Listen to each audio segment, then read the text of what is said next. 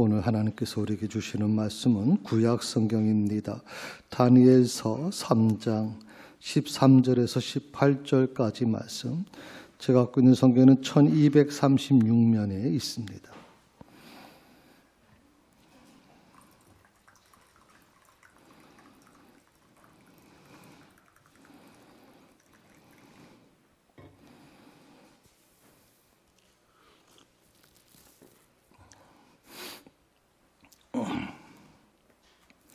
다 자셨으면 자리에 일어나셔서 하나님의 말씀을 들으시기 바랍니다. 느부갓네살 왕이 노하고 분하여 사드락과 메삭과 아벤느고를 끌어오라 말하며 드디어 그 사람들을 왕의 앞으로 끌어온지라. 느부갓네살이 그들에게 물어 이르되 사드락 메삭 아벤느고야, 너희가 내 신을 섬기지 아니하며 내가 세운 금신상에게 절하지 아니한다 하니 사실이냐?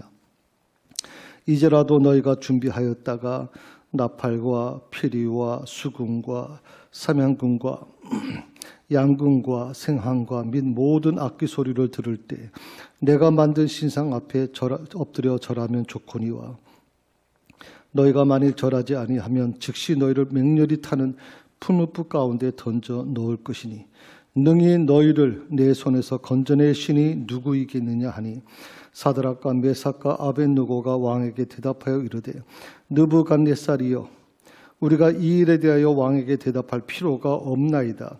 왕이여, 우리가 섬기는 하나님이 계시다면 우리를 맹렬히 타는 풀무불 가운데서 능히 건져내시겠고 왕의 손에서도 건져내시리이다. 그렇게 하지 아니하실지라도 왕이여, 우리가 왕의 신들을 섬기지도 아니하고 왕이 세우신 금신상에게 절하지도 아니할 줄을 아옵소서. 이것이 하나님의 말씀입니다. 아멘.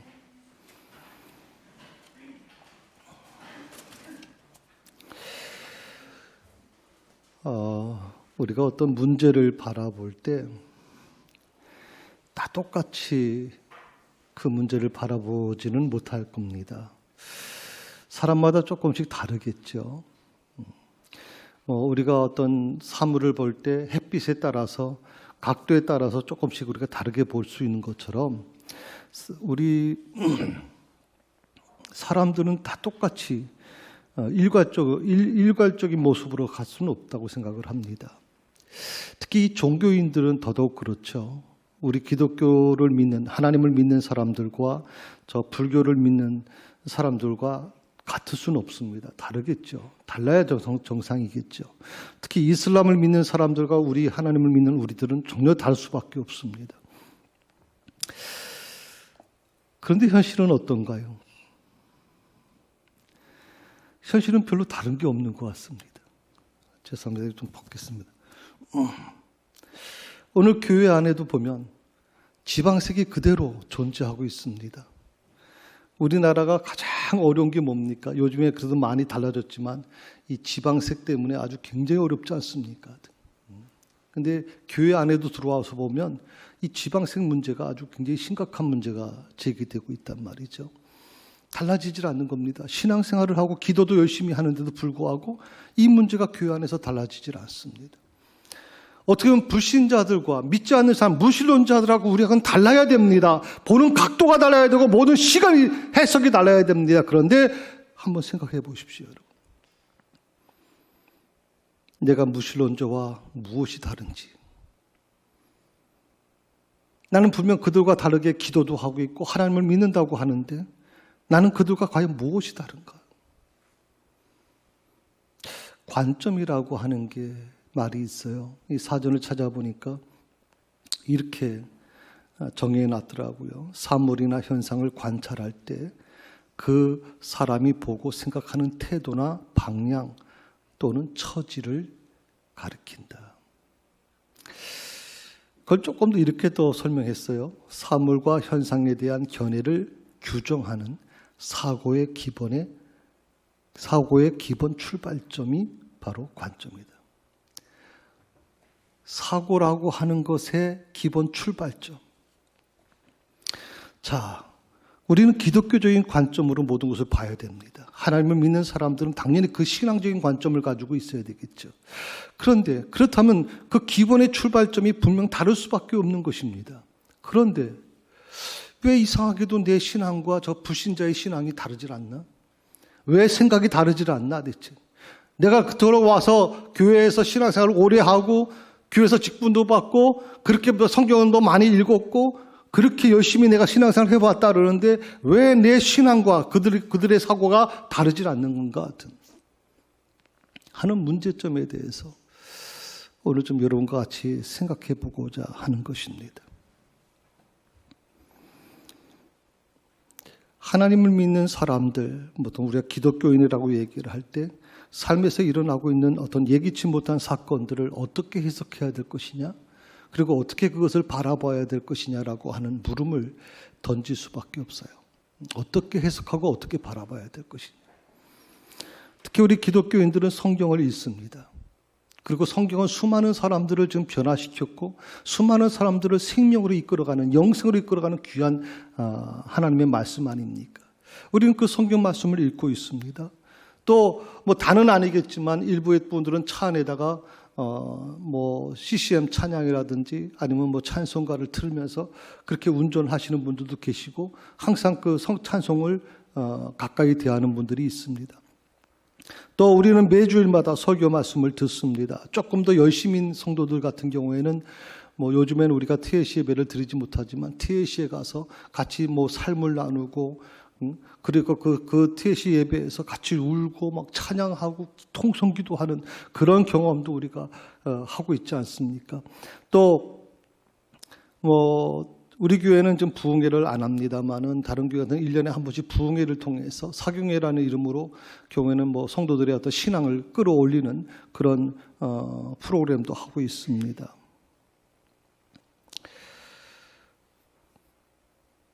분명 그 시간만큼은, 그 순간만큼은 바울이 고백한 것처럼 내가 몸 안에 있는지 몸 밖에 있는지 모르겠다 할 정도로 우리는 굉장히 감동적인 신앙을 경험하고 또 그런 신앙으로 살고 싶어 하는 마음이 있습니다.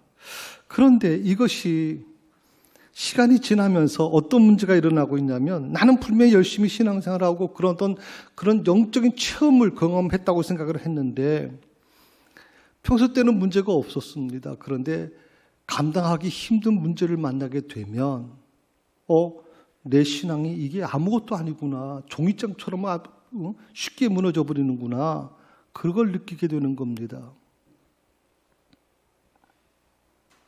특히 우리가 이 코로나 시대를 맞이하면서 우리가 전혀 예상치 못했죠. 한 번도 경험해보지 못한 시대를 살아가고 있는 겁니다. 목회자들도 마찬가지입니다. 저희가 지금 진짜 작년 가을에 노회를 하면서도 보통 아침 9시에서 시작해서 저녁 7시 정도에 끝납니다. 그런데 11시 반 이전에 끝나기 위해서 모든 보고를 축소시키고 할 정도로 어렵습니다.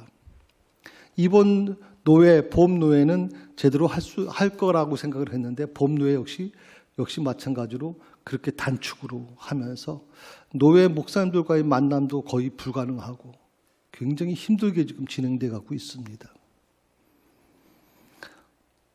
이 코로나는 우리에게 전혀 예상치 못한 지금 세상을 우리에게 보여주고 있거든요. 이럴 때 우리는 어떤 마음을 갖게 되냐면 이 어려운 문제, 이 코로나라고 하는 감당하기 힘든 이 어려운 문제를 만났을 때 나는 어떻게 이 문제를 대처해 나갈 것이냐, 어떻게 이것을 해석하고 어떻게 이것을 바라봐야 될 것이냐라고 하는 이 관점에 있어서 우리가 어떻게 신앙생활을 해 나가고 있느냐 하는 것입니다. 불신자들처럼 우리가 똑같이 코로나를 볼 것이냐, 아니면 우리는 예수 믿는 사람, 하나님을 믿는 사람, 구원받은 자로서 코로나를 어떻게 우리가 해석하고 받아들여야 될 것이냐라고 하는 것이죠. 마치 이거는 뭐와 같은 거냐면 여름철에 찾아오는 이 태풍과 좀 같다고 생각을 해봤습니다. 평소 때 비가 조금 많이 와도 우리는 충분히 그것을 다 감당할 수 있습니다. 배수 시설이나 이런 것들이 충분히 감당할 수 있습니다. 그런데 거대한 태풍이 몰려옵니다. 그리고 폭우를 동반할 경우에는 전혀 예상치 않던 멀쩡하던 산이 산더미가 막 떨어져 내려옵니다. 수많은 집체를 막 삼키기도 하고 우리가 감당할 수 없는 일을 경험하게 되죠. 그리고 그 물이 불어나서 주차장에 있던 차들을 전부 다 집어 삼키기도 하고 굉장히 무섭습니다. 아무리 대비를 철저히 한다고 해도 속수무책으로 당할 수밖에 없는 것. 그것은 태풍의 위력이 우리 사람의 한계를 뛰어넘었기 때문에 가능한 것이죠. 사람이 감당할 수 없는 자연의 어떤 강력한 힘이 작용했기 때문에 우리 사람의 힘으로서는 감당할 수 없는 부분이 존재할 수 있는 겁니다. 이럴 때 사람들이 느끼는 게 뭔지 아십니까? 무기력함입니다. 우리 힘으로 할 수 있는 게 아니구나. 사건을 만나게 되면 사람들은 보통 두 가지 반응을 보이게 됩니다. 첫째 반응이 뭐냐면 하나님을 모르는 사람들이 보통 보이는 반응입니다. 이건 우연히 이루어졌을 거야 하는 겁니다.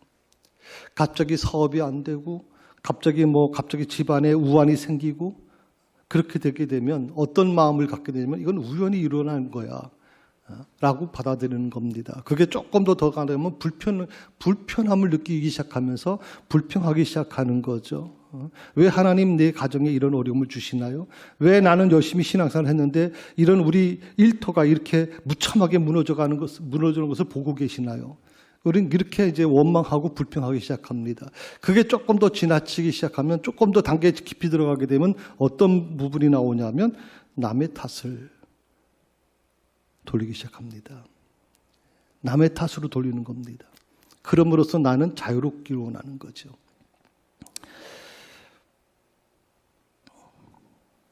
자, 그렇다면 기독교인들은 어떻게 이것을 반응해야 될 것이냐 하는 것입니다.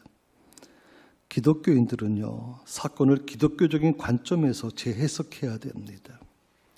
그래서 반드시 재해석하는 능력을 키워야 됩니다. 이 재해석하는 능력을 어떻게 키울 것이냐 하는 것이죠. 어느 날 갑자기 신앙이 깊은 사람들 같은 경우는 문제가 없지만 우리가 평소처럼 이렇게 주일날 한번 와서 예배를 드리고 가는 우리 이 신앙으로 보면 어떤 문제를 만났을 때 그 문제를 기독교적인 관점에서 재해석하기가 굉장히 어렵다는 말입니다. 어떻게 해석해야 될지 방법을 모르는 겁니다. 그래서 이 재해석하는 방법을 배워야 되는 겁니다. 그 훈련이 되어 있지 않으면 재해석할 능력을 갖추지 못하게 되는 것이죠. 우리가 재해석하려고 하는 그 능력을 갖추려고 하면 말씀 훈련이 준비되어야 되고요. 기도 훈련이 돼 있어야 됩니다. 이 두 가지가 반드시 이루어져야 되는 것이죠. 코로나는 지금 78억 인구에게 엄청난 고통을 주고 있습니다. 저희 같은 경우에는 이 청안리가 굉장히 청정지역이다라고 생각을 했고, 제가 우리 목사님들, 동기 목사님이나 목사님 만날 때마다 이번 노회에서도 목사님 괜찮으십니까? 라고 물어보면 저희 청안리는 문제가 없습니다. 지금까지 1년 넘게 한 번도 확진 환자가 나오질 않았습니다. 참 좋은 곳에 살고 있군요라고 목사님들이 그렇게 얘기를 해줬거든요. 그런데 어저께 제가 갑자기 보고 봤는데 청안리에서도 2건이 벌써 나왔다는 얘기가 들려오고, 또 한 집사님이 그 노선이 그 시간대가 비슷하게 겹쳐서 목사님 오늘은 교회를 우리 전사님한테 전화가 왔다 그래요. 오늘 교회를 제가 조금 집에서 예배 드려야 될 것 같습니다. 혹시라도 교회에 피해가 되지 않게 해서 그렇게 합니다라고 하는 전화를 받았다 그래요.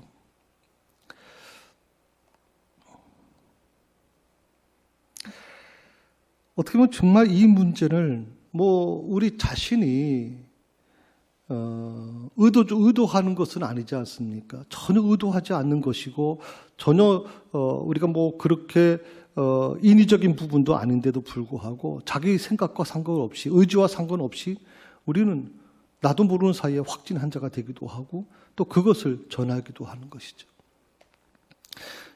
사실 여러분, 교회 어떤 확진 환자가 교회 예배를 참석을 했다가 문제가 됐습니다. 그래가지고 뉴스에서 계속 나오고 있지 않습니까? 그 확진 환자가 교회 정문을 통과해서 예배까지 드리려면요, 몇 단계의 과정을 통과해야 됩니다. 열을 체크하게 되고 계속 그 주위 사람으로부터 얘기를 듣게 되었거든요.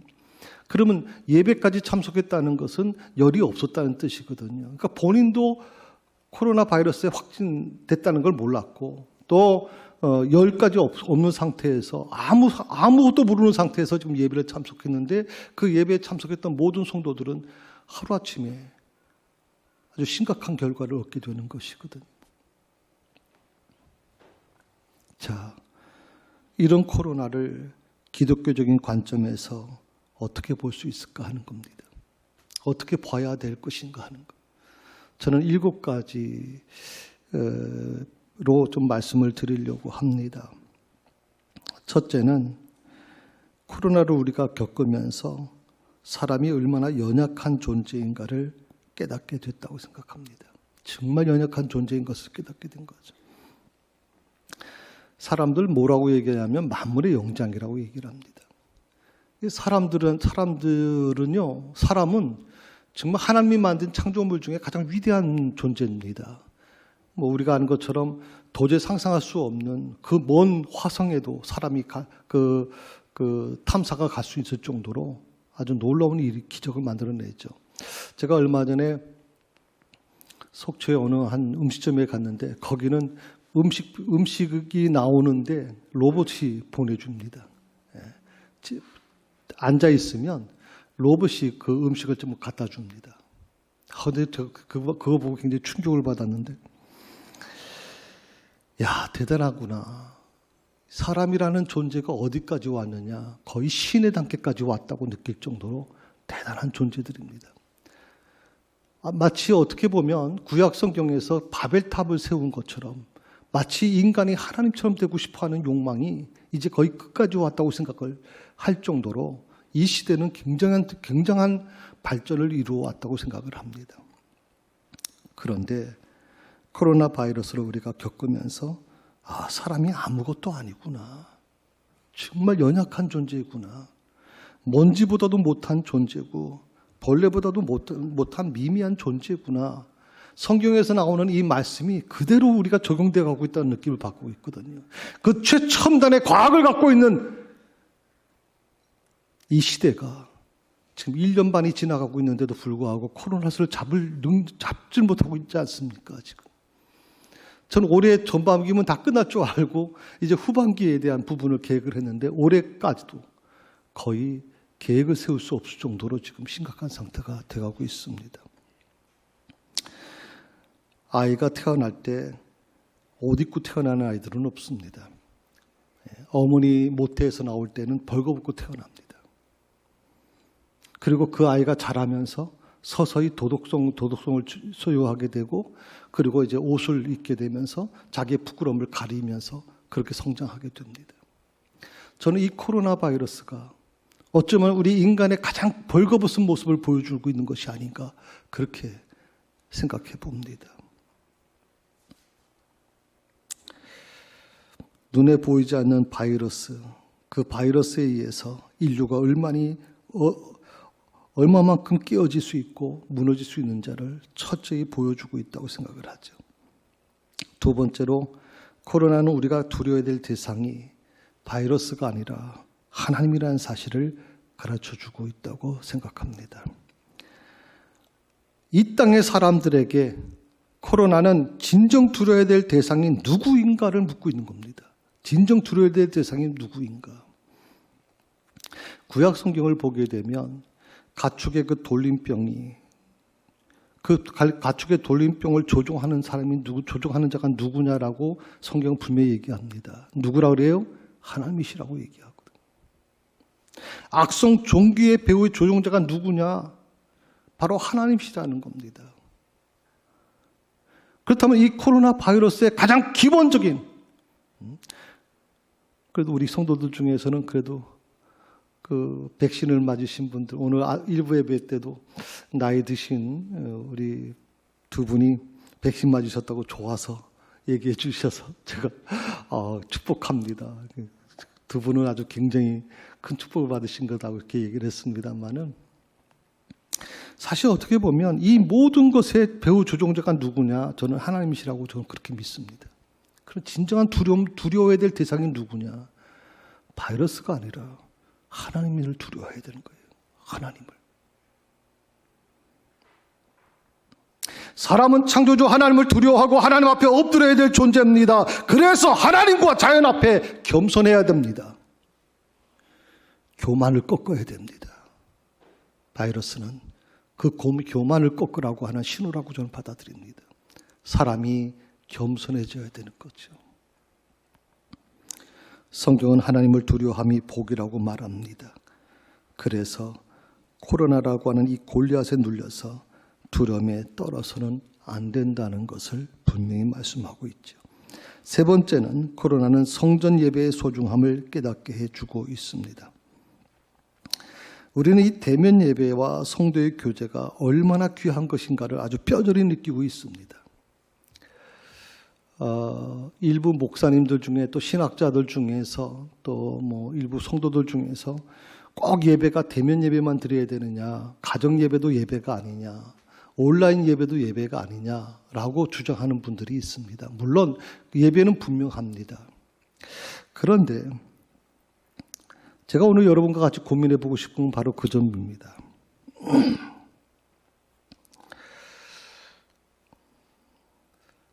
구약 성경에 보게 되면 하나님께서 이 이스라엘 백성들이 이제 가나안 땅을 이제 점령하게 될 때 하나님께서 우려 섞인 말씀을 하십니다. 이들이 가나안 땅을 점령하고 나서 이들이 그 가나안 땅에 있는 우상들을 섬길까 봐 나는 우려가 된다. 계속적으로 하나님께서 경고합니다. 가나안 땅에 있는 우상을 섬기셔서는 안 된다. 그들을 보지도 말라고, 근처에 가지도 말라고 얘기합니다. 그런데 이스라엘 백성들은 어떻습니까? 결과적으로 하나님이 우려하신 대로 그들은 또다시 가나안 땅의 우상들을 섬기기 시작하지 않습니까? 그래서 하나님께서는 특별히 지정된 예배 초소에서 예배 드릴 것을 명령하십니다. 저는 이 말씀에서 우리가 굉장히 중요한 사실을 깨달았습니다. 왜 대면 예배가 중요하냐? 그건 간단합니다. 하나님께서 이미 가나안 땅에서 이스라엘 백성들의 그 40년 동안 광야에서 겪었던 신앙이 무너질 것을 이미 우려하셨기 때문에 지정된 장소에서만 예배 드릴 것을 요구하신 것, 그것이 바로 현장 예배고 대면 예배인 겁니다.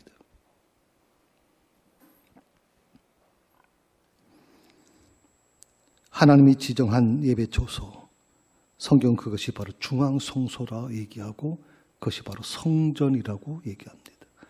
그래서 성전 신앙에 대한 부분을 중요하게 생각하고 있습니다. 일부 성도들 중에 이렇게 생각하는 분들이 있습니다.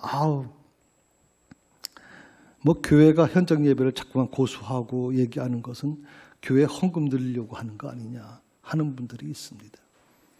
여러분들 오늘 이 말씀을 여러분 꼭 기억하시면 좋겠습니다. 놀라운 것은 그렇게 40년간 훈련받았던 이스라엘 백성들이 불과 얼마 안 돼서 가나안 땅의 우상들을 섬겨나가는 모습을 보면서 정말 어떻게 보면 너무나도 안타까운 겁니다. 그리고 나서 또 하나님이 심판하시게 되고 수많은 이스라엘 백성들이 죽어나가고 그 죽어나가는 과정에 뭐가 있습니까? 돌림병이 있는 겁니다. 참 너무나도 불행한 역사가 진행되고 있는 것이죠. 코로나 시기가 길어지면서 우리는 자유롭게 예배를 드리지 못합니다. 그래도 지금은 20% 본당에 20%까지 예배를 드리지만 지난번에는 10% 예배 드릴 때는 계속 문의가 오지 않았습니까? 본당에서 예배를 좀 드리게 해달라. 그런데 이제 숫자는 제한되어 있고 18명 이상은 들어갈 수 없게끔 돼 있기 때문에 참 목사로서도 고민이 됐고, 그래서 우리 전사님이 인원이 이미 찼습니다. 더 이상 들어갈 수가 없습니다. 예약을 받았을 때, 그랬을 때 어느 교회는 1층에서 영상으로 예배를 드리더라도 교회에서 예배를 드리고 싶습니다라고 하는 분들이 계셨어요. 그것이 저는 굉장히 아주 귀하게 느껴졌습니다. 사실 어떻게 보면 우리는 이 대면 예배에 대한 부분, 성도의 교제에 대한 부분을 별 느낌이 없이 살아왔습니다. 한 번도 우리는 이거에 대한 제약을 받아본 적이 없습니다. 특히 성도의 교제라고 하는 거. 식당에 지금 한 1년 거의 반개월 가까이 문을 닫고 있습니다. 저는 이해를 못하겠는 게 사회복지기관, 우리 실로암 지역아동센터는 절대 주방문을 닫지 말라고 경고하고 있거든요. 그것도 시청에서. 절대 닫으면 안 된다고 얘기한단 말이죠. 근데 교회에는 절대 식당 문을 열면 안 된다고 얘기한단 말이죠. 참 어떻게 보면 같은 식당을 쓰면서도, 같은 주방을 쓰면서도 우리는 굉장히 혼란될 때가 많아요. 그럼에도 불구하고 우리가 이것을 멈췄어요. 성도들이 건강을 생각하고 방역 지침을 따르기 위해서 우리는 이걸 멈췄단 말이죠. 그러다 보니까 어떤 문제가 일어납니까? 성도의 교제가 무너지기 시작하는 겁니다. TSC 예배도 모일 수가 없습니다. 또 성도들이 수술을 한다 그러는데도 저는 정말 마음이 뭉클했던 거 뭐냐면 목사님한테 알리지 마세요. 면회를 할 수가 없으니까 목사님한테 알리죠. 목사님 괜히 부담을 느끼시니까 하지 마세요. 제가 그 말을 들으면서 정말 마음이 찡했어요. 마음이 정말 찡했어요.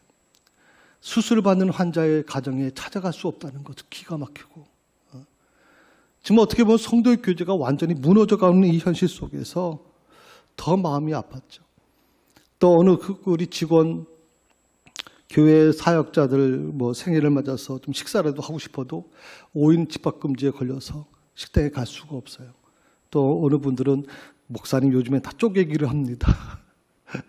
쪼개서 앉으면 다 그렇게 됩니다. 저는 법은 지켜야 된다고 생각했거든요. 절대 4인 이상 가면 안 된다. 이렇게 해서 제가 식사도 좀 거의 못하고 있거든요. 코로나는요, 성전 예배의 소중함을 우리에게 깨닫게 해주고 있어요. 일제시대 외에는 예배를 통제받은 적이 없어요. 그러다 보니까 제가 설교 때도 말씀을 드리지만 카타콤에서 정말 지하 굴 속에서 햇빛도 들어오지 않은 곳에 태어나서 거기서 믿음 생활하던 우리 초대교회 성도들, 그분들의 그 심정이 뭐 어떤 건지 우리는 알지 못했거든요.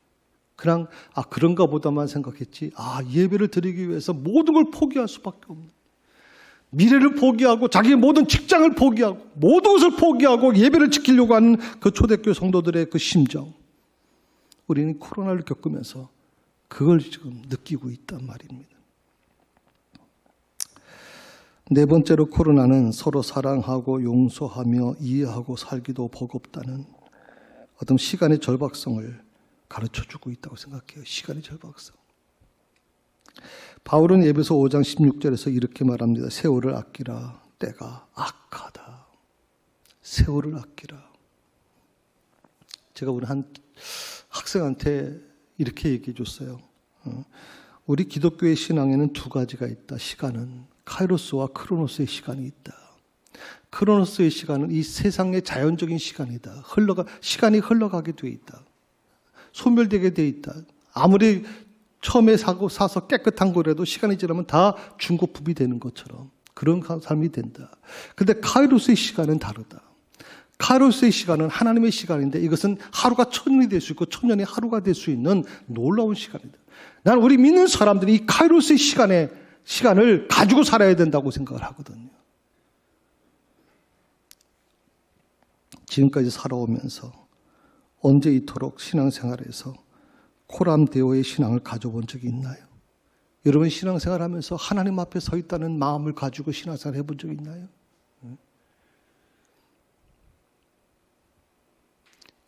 그저 교회 등록을 해서 시간 지나니까 집사가 되고 또 시간 지나고 나니까 권사가 되고 장로가 되고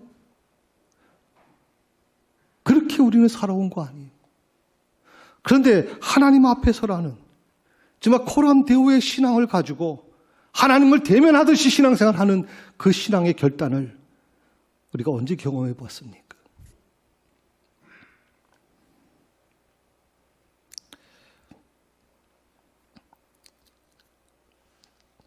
제가 조금 전에도 말씀드렸지만 원래 우리 윤순자 권사님이 팔순이세요. 코로나 때문에 잔치는 할 수가 없어서 권사님이 많이 반대하셨고, 그래서 자녀들이 8명까지는 참석할 수 있으니까 자녀들 8명, 권사님 4분까지 해서 8명 호텔에서 지금 식사 같이 하고 하는 걸로 얘기했어요. 그 권사님이 저를 찾아왔어요. 그러면서 목사님, 교회 재정이 많이 힘드실 텐데 대체 교회는 어떻게 운영하고 계시나요?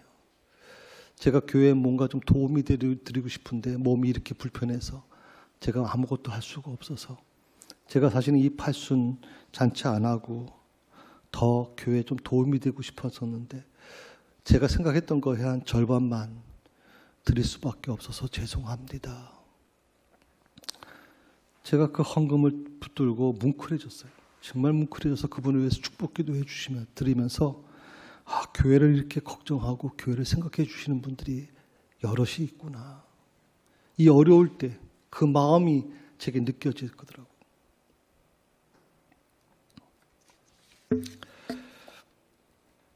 다섯 번째로 코로나는 기독교인인 내가 이웃에 대한 어떤 책임적인 존재라는 사실, 또 사회의 국가의 책임적인 그 존재라는 사실을 알게 해준다고 저는 생각해요.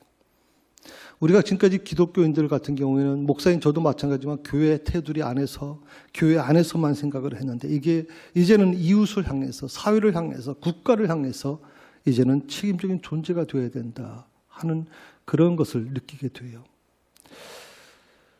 저희 교회는 아직 다른 곳으로부터 도움을 받지는 않았습니다만은 지금 노예에 있는 교회들 같은 경우 저희가 240교회 정도 됩니다. 용천노회가.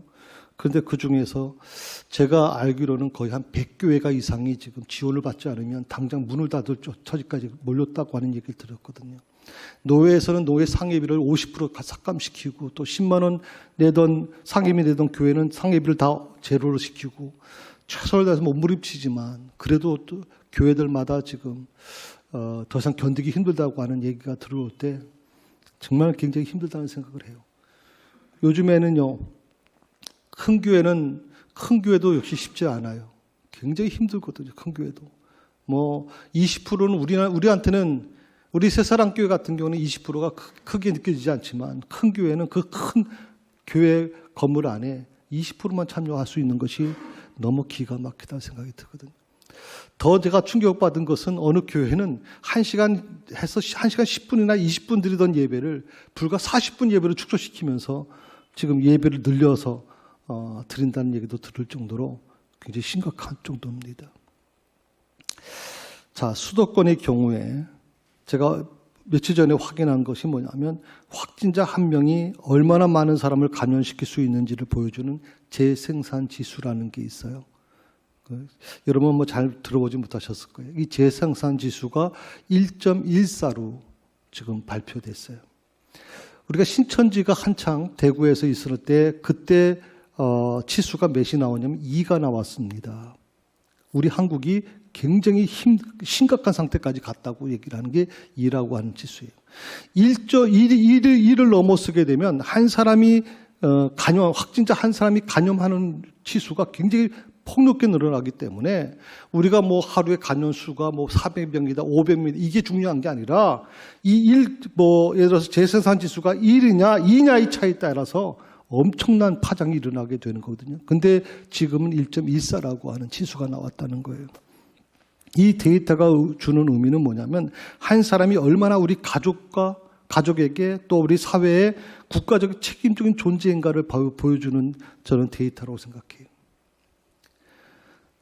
나 한 사람으로 해서 내 가족이 감염될 수 있고 나 한 사람으로 해서 우리 교회가 감염될 수 있고 나 한 사람이라는 존재가 한 사람으로 끝나는 게 아니라는 것을 우리에게 알려주고 있는 거거든요. 내가 살고 남도 사는 길이 뭔가. 코로나는 바로 그것을 우리에게 알려주고 있다고 생각을 해요. 많은 큰 교회들이 그 어려움을 감당하면서까지 상가 교회들이 문을 닫지 않도록 그 재정에 상당한 많은 돈 액수를 막 지금 퍼주고 있어요. 저는 그 교회 장로님들을 만나보면서 저희 교회도 지금 당장 심각합니다. 지금 관리비 쪽가 밀릴 정도로 인건비라든지 부목사님 수를 줄일 정도로 지금 굉장히 심각합니다. 그럼에도 불구하고 교회가 문을 닫으면 안 된다고 생각하기 때문에 저희 교회로서는 책임감을 져야 되기 때문에 그 돈을 지금 쏟아붓고 있다고 하는 얘기를 들었습니다. 여섯 번째로 코로나로 인해서 어쩔 수 없이 시행되고 있는 이 사회적 거리두기. 그런데 저는 이 사회적 거리두기가 하나님과의 거리두기가 되면 안 된다고 생각을 해요.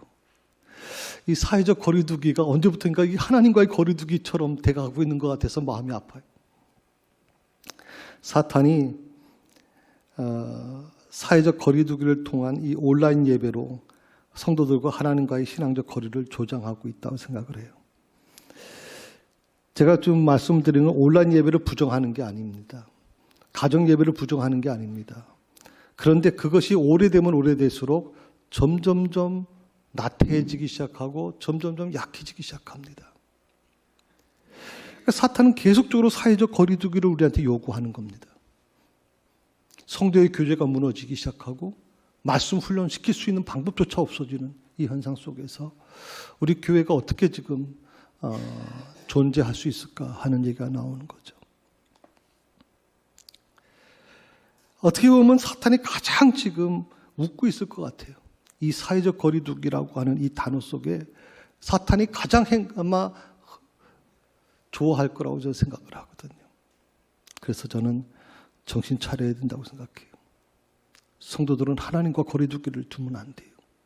사회의 그 사회적 거리두기라는 것이 심해질수록 하나님과의 거리두기를 여러분 항상 이것을 날마다 체크하셔야 돼요. 전 그래서 뭐라고 말씀드리고 싶으냐면 날마다 자를 들고서 나와 하나님과의 거리가 어느 정도인지 체크하셔야 돼요. 지난주에는 내가 3m였는데 올해 이번 주에 와서 보니까 내가 10m로 늘어났어. 하나님과 그만큼 멀어졌다고 생각하면 빨리 이것을 축소시켜야 된단 말이죠. 힘들 때일수록 더 근신하셔야 되고 영적으로 깨어 있어야 됩니다.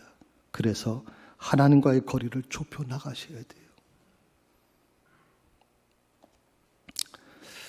7번째로 코로나를 겪으면서 깨닫는 것이 있어요. 오직 예수만이 답이다 하는 거예요. 오직 예수만이 답이다.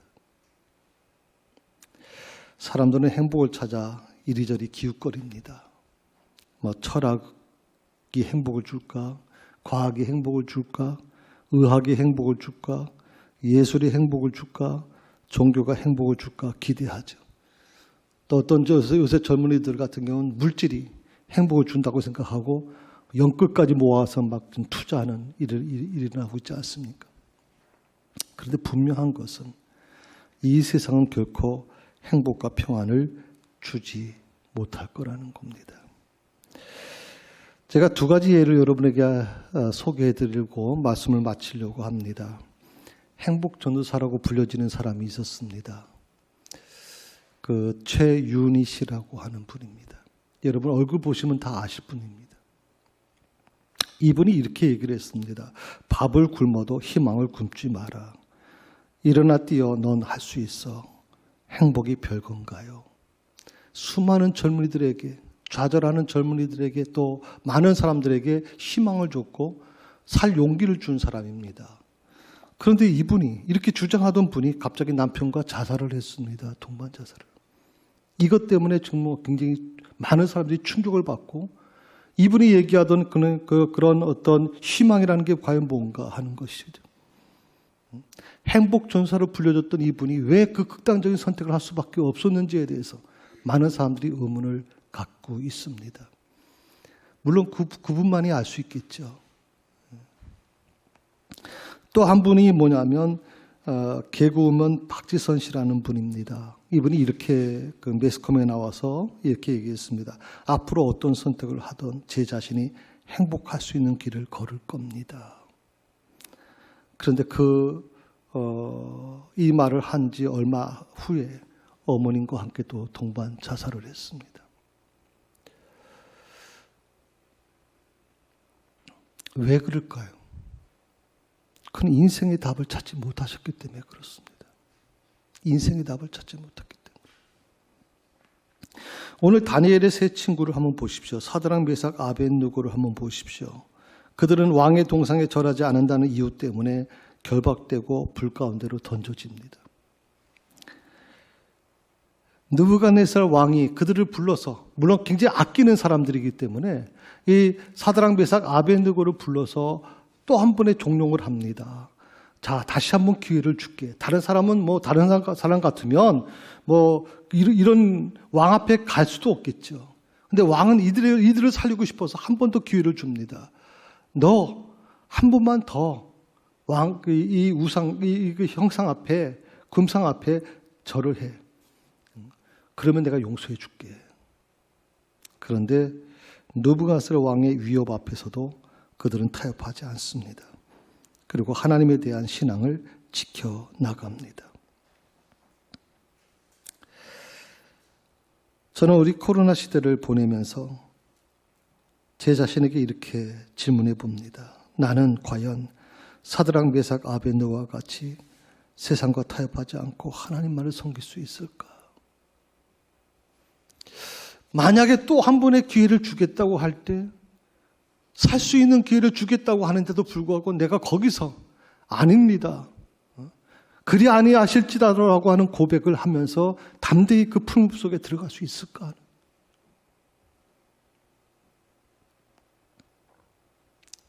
나는 과연 사드락 메삭 아벳느고와 같이 십자가의 길을 걸을 수 있을까?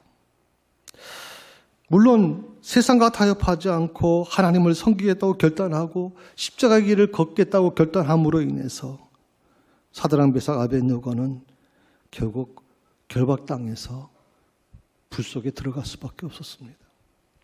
그 들어가기 전에 하나님이 구원해 주시면 좋겠는데 일단 그들은 불 속에 뛰어들 수밖에 없었습니다. 어떻게 보면 이렇게 사는 사람들, 십자가의 길을 걷고자 하는 마음, 그리고 세상과 타협하지 않고 하나님만 섬기겠다고 결단하는 사람들은 이 세상으로부터 결박당하게 될 것이고 불 가운데로 던져지게 될 것입니다. 그러나 오늘 이 말씀 속에서 우리에게 주는 교훈이 무엇입니까? 끝까지 예수 유의 신앙을 붙들고 나간다면 어떤 일이 일어날 것인가 하는 겁니다. 우리가 상식적으로 보면 불신자들이나 무신론자들이나 또 뭐 다른 어떤 신앙을 갖고 있는 사람들에게 있어서 정말 어떻게 보면 이 두 가지 논리 속에서 어떤 길을 선택해야 되는가에 대한 부분에서 많이 혼란될 수밖에 없습니다.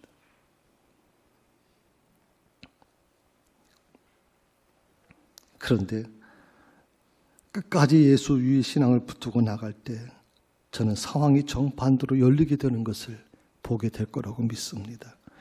풀무불 속에는 분명 세 사람이 있어야 됩니다. 오늘 24절 한번 보시겠습니까? 우리가 읽지 않았는데 같이 읽어볼까요? 그때 느부갓네살 왕이 놀라 급히 일어나서 모사들에게 물어 이르되 우리가 결박하여 불 가운데 던진 자는 세 사람이 아니었느냐 하니, 분명 세 사람이 그 풀무 속에 들어갔습니다. 그런데 25절에 보게 되면요, 왕이 또 말하여 이르되 내가 보니 결박되지 아니한 네 사람이 불 가운데로 다니는데 상하지도 아니하였고 그 넷째 모양은 신들의 아들과 같다. 놀랍게도 이 느부갓네살 왕의 눈에 네 사람이 보이는 겁니다. 분명 세 사람을 넣었는데 네 사람이 보인다. 전 이런 놀라운 역사가 지금도 전 일어날 수 있다고 믿습니다. 이 역사가 여러분의 가정과 여러분의 일터 속에도 반드시 일어나야만 하는 것입니다. 그게 바로 믿음입니다. 세 사람이 어떻게 네 사람이 될 수 있는가? 그것도 믿지 않는 하나님을 모르는 이 느부갓네살 왕의 그 모사꾼들의 눈에 어떻게 그것이 보일 수 있는가?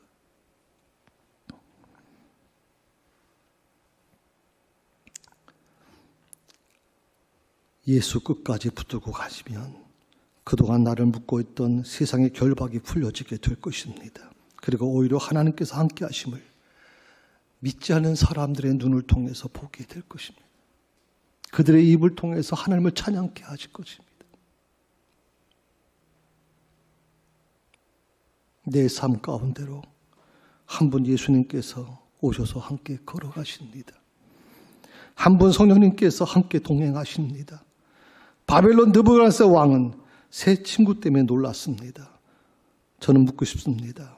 나는 무엇으로 이 세상을 놀라게 하건? 무엇으로 놀라게 할 것인가? 새사랑교회는 이 세상에 무엇으로 놀라게 할 수 있는 것인가? 대체? 내 주변에 있는 불신자들이 나에게 행하신 하나님의 역사를 보고 놀라야 됩니다. 그리고 하나님을 찬양하게 해야 합니다. 그게 진정한 전도요. 그것이 진정한 교회가 존재하는 목적이고 그것이 바로 내가 하나님을 믿는 이유가 되는 것입니다. 코로나로 희망을 잃어버린 이 세상에 저는 답은 오직 하나라고 생각합니다. 그것은 예수가 답이다. 따라합시다. 예수가 답이다. 예수가 답이다. 아멘. 기도하십시다.